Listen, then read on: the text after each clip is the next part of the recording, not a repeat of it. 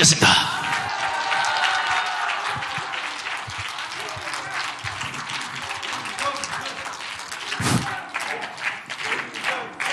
고맙습니다. 우리 손상대 교수에 대해서 칭찬부터 한마디 해야 되겠습니다. 박근혜 전 대통령의 탄핵에 수많은 사람들이 참여했습니다. 특히 광화문 세력 지난 몇 년 동안 수백만의 사람들이 비가 오나 눈이 오나 바람이 오나 특히 정광훈 목사님 주도하에 이 나라에 일찍이 없었던 역사적인 사건을 운동을 벌였습니다. 그런데 제가 이 손상래 사회에 대해서 구체적으로 말씀드리려고 하는 것이 박근혜 탄핵의 부당성, 말도 안 되는 부당성을 세 사람이 용사가 나와서 몸으로 증언했습니다. 하나는 우종창 기자라고 박근혜 재판을 처음부터 끝까지 쫓아다니면서 일일이 그걸 따지고 법원 기록 받고 해가지고 책을 만들었어요. 그래서 박근혜 탄핵의 재판이 엉터리다 하는 것을 역사에 증언했어요. 그 다음에 아마 그 전이 되는지 모르지만 변희재라는 사람이 JTBC에서 태블릿 PC를 내갖고 막 혐의가 잔뜩 나오지 않았어요? 그 혐의가 전부 가짜라는 것을 증명했어요. 그 사람은 그걸 증명하기 위해서 감옥소도 1년 갔다 왔어요. 둘이는 비교적 TV나 신문에 좀 나왔습니다. 그런데 지금 제가 소개하려고 하는 이 손상대 교수는 헌법재판소 앞에서 헌법재판관들에게 압력을 넣으면서 니들 똑똑해? 압력을 넣다가 너무 세게 선동을 했다는 혐의로 감옥소에 1년 동안 갔다 왔습니다. 그래서 적어도 박근혜 대통령 탄핵에 관해서 이 나라에 몸으로 증언한 사람이 우종창, 변희재, 손상대입니다. 여러분 박수 한번 쳐주십시오. 이게 지금 사회 하는 것보다 훨씬 중요한 일입니다. 저는 평소에 하는 일반적인 정치 평론은 요새는 좀 삼가합니다. 그래서 여러분이 아까 박찬정 의원이나 이계성 선생이나 우리 또 구본철 의원이나 얘기하신 것이 다 저하고 비슷한 얘기입니다. 그래서 저는 오늘 몇 말씀 드리고자 하는 것은 어저께 우리 국민의힘의 대통령 후보로 선정된 윤석열에 대해서 어떻게 생각하느냐, 그 윤석열과 누가 대결을 하느냐, 요 얘기만 하고 가겠습니다. 우선 이재명이는 아까 우리 박찬정 의원이 말씀드렸던 거, 우리 손상대 사회가 네 제명이 뭐냐, 니 하고 중국말은 니 하거든요. 네 제명이 뭐냐, 모르겠습니다. 니야말로 문재인이다. 이걸로 다 끝났습니다. 저는 어떻게 붙였냐면 대장동이 대통령이 되어서는 안 된다. 그래서 문재인, 이재명의 얘기는 앞으로 끝까지 계속 나올 겁니다. 그건 막을 수가 없습니다. 특히 최근에 국민의힘 그 대선 후보들 토론에서 나오는 결정적인 증거가 원희룡 지사가 얘기한 건데, 원희룡 지사가 정지상인가 정지상이가 그 유동규하고 비밀 통화했다는 것을 밝혀내지 않았습니까? 근데 거기 또 하나 있어요. 원희가 지금 접고 있는 게, 나는 그 사람 말고 또 통화한 사람을 알고 있다. 저는 그 사람이 이재명이라고 생각합니다. 그래서 이건 아직 확인된 것은 아니지만은 아마 그렇게 나올 겁니다. 그렇게 합리적인 추측을 합니다. 따라서 요컨대 요약해서 말씀드리자면 이재명 사건은 막을 수가 없습니다. 막을 수가 없는 거예요. 이재명 사건이 가지는 정치적 역사적 의미라는 것은 이 나라에 가난한 사람의 복리를 증진한다는 것을 목표로 삼는 소위 좌파들이 정권을 잡으면 우파들을 쌍놈으로 만들 만큼 부정부패를 가담하고 그냥 같이 합숙하면서 지들이 맨날 공모하고 태왕강부터 모든 사건에 전부 이권에 개입하고 이래가지고 권력을 유지하려고 하는 이 나라 좌파의 민낯을 보여주는 겁니다. 그런데 이 비슷한 것이 세상 떠난 박원순 시장의 경우도 있는데, 박원순 시장의 경우도 10년 동안에 시민단체 1조를 풀었어요. 그러니까 1년마다 1,000억씩을 시민단체에다가 아첨을 하고 바쳤어요. 아마 박원순이가 살아있었다면 이재명이보다 한 수 위였을 겁니다. 왜냐하면 서울시 바닥이 경기도보다 더 크거든. 그래서 박원순의 실종에 대해서는 여러 가지 문제점이 있습니다만 저는 그 얘기는 여기는 안 하겠습니다. 좌우당 간에 박원순이가 살아있었더라면 박원순이가 후보가 됐을 가능성이 많아요. 아마 이재명이가 됐거나 아니면 아주 가까운 2등 했을 겁니다. 지금 저쪽 판에 전부 민간하고 어울려가지고 돈을 쓰는 사람들, 지사, 시장, 이런 사람들이 다 해먹는 판국입니다.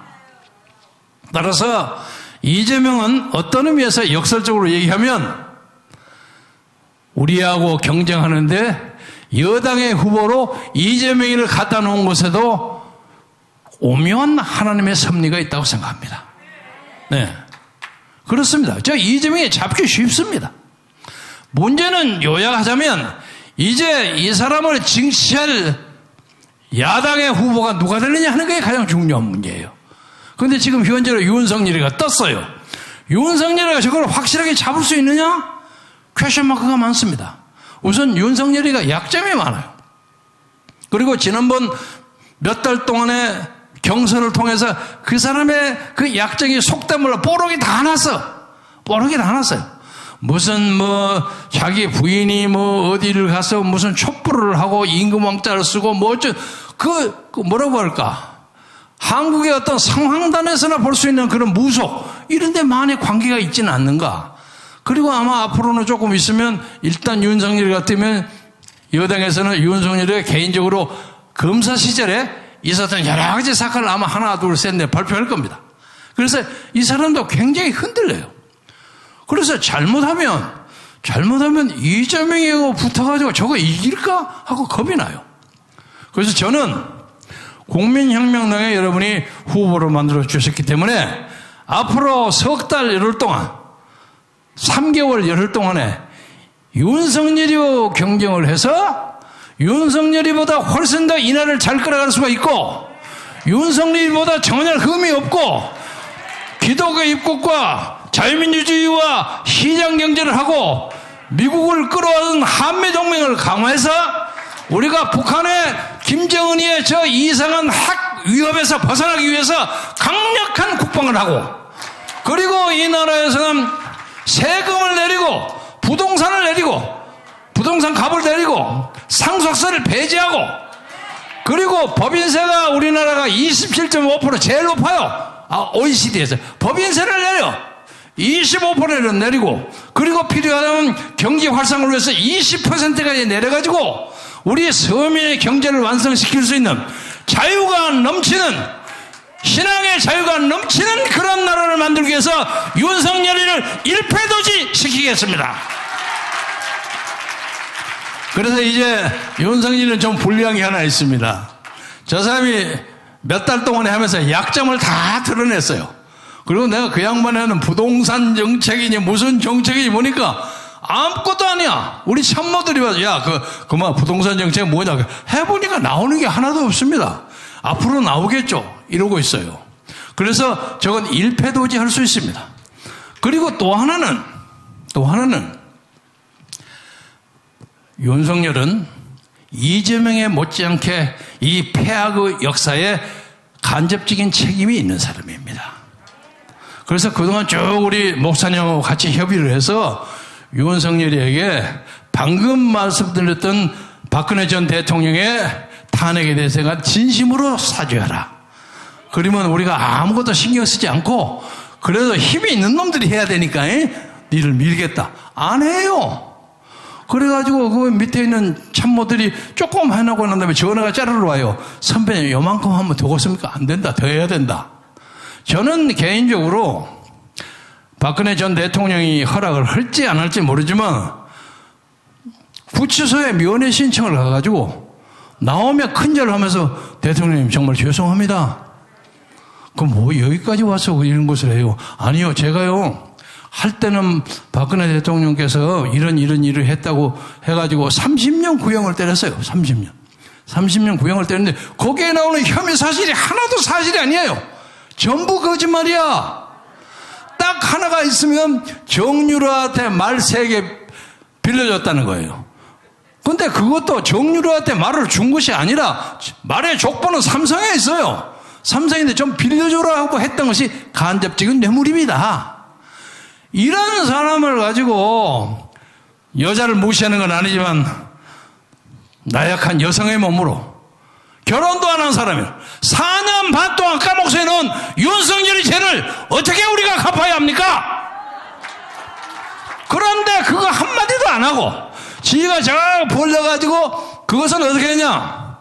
저 대전지검에 가서 쪼그리고 앉아있으니까 그 박영수라는 사람이 사 꼬신 거예요. 특검. 그리고 거기는 박지원이도 있어요. 야, 너 여기서 한 건 해갖고 박근혜 잡는데 네 총대 맬래? 그러면 네 살아남다. 하겠습니다. 그 특검에 조사 담당으로 수사 담당으로 딱 들어왔어요. 무자비하게 잡았어요. 박근혜뿐만 아니라 200명 이상의 전 정권의 사람을 막 잡았어요. 그래 놓고 보니까 겁이 나거든. 아, 이러다가 나 제대로 연명하지 못하고 있는데 이런 생각이 드는 거야. 그래서 가만히 있자. 이것을 빠져나가야 되겠는데 어떤 것이 올까 하고 생각하다가 잡힌 것이 조국입니다. 그러니까 조국 일가에 대해서 수사가 좀 과도했다는 홍준표 얘기도 일리는 있어요. 세상에 조국이 마누라, 딸, 아들, 넷을 다 잡았거든. 근데 조국이 지나치게 나쁜 사람이긴 나쁜 사람입니다. 그러나 그거를 딱 잡아가지고 문재인 욕은 한마디도 안 해. 자세히 보세요. 윤석열이가 문재인 대통령하고 비난하는 거 보셨습니까? 없어요. 그리고 일설에 의하면 그것 때문에 그런지 청와대에서는 윤석열이가 되는 것이 좋겠구만 하는 얘기가 또 나와요. 그러면서 문재인은 윤석열은 내가 임명한 검찰총장이다. 그리고 그 말은 무슨 얘기냐? 내가 네 임명했으니까 설마 나 감옥수는 안 보내겠지 하는 얘기가 포함되는 겁니다. 그러니까 국민의힘이라는 것은 이 문재인 폐하의 정치의 두 번째 범인입니다. 그래서 우리가 하도 저 이재명 패거리에 난리 법석을 친 것을 막기 위해서 그래도 좀 힘이 있다는 국민의힘을 잡으려고 했는데 윤석열이 하필이면 잡혔어. 홍준표면 좀 나았을지도 몰라요. 어제 저녁에 제가 글에 보니까 댓글에 보니까 홍준표 지지자들이 무지하게 많이 왔더라고요. 아까 누가 그 말씀하셨죠? 우리 송 교수가 말씀하죠. 저는 홍준표 지지인데요. 지금부터 국민혁명당으로 가겠습니다. 많이 나왔어요. 윤석열만큼은 절대 안 됩니다. 한 20개나 떴더라고. 시대가 이렇게 돌아가는구나. 그래서 앞으로 석 달 동안 그러니까 11월 지나갔다 하고 12월, 1월, 2월 3개월 동안에 윤석열이를 빼짱코를 만들어가지고 우리 국민혁명당이 지금 윤석열 패거리뿐만 아니라 이재명 패거리 청와대에 의해서 완전히 이 언론에서 막혀 있어요. 심지어 이 언론의 여론조사는 국가혁명당의 허경영이를 띄우면서도 300만 이상의 당원을 가지고 있는 정광훈의 국민혁명당은 뭉개버려요. 그러나 우리가 살아나는 방법이 있습니다. 우리가 비방을 가지고 있습니다. 코로나가 드디어 무이트 코리안으로 변했습니다. 그렇게 광화문 광장을 우리에게 쫓아냈지만은 드디어 하나님은 광화문 광장을 정광훈 목사에게도 다시 돌려줬고 우리 국민에게도 돌려줬습니다. 이제 막을 수 없습니다. 그리고 지금부터 3개월 동안 우리가 한국을 들었다 놨다 하면서 국민혁명당의 진정한 혁명을 할 수 있다는 것을 여러분과 함께 공동으로 지향하면서 열심히 노력하면 내년 3월 9일 진짜로 좋은 새로운 세상의 맑은 공기를 전 국민과 같이 숨쉴 수 있는 날이 오기를 기대하면서 여러분 그때까지 건강하고 행복하시길 바랍니다. 감사합니다.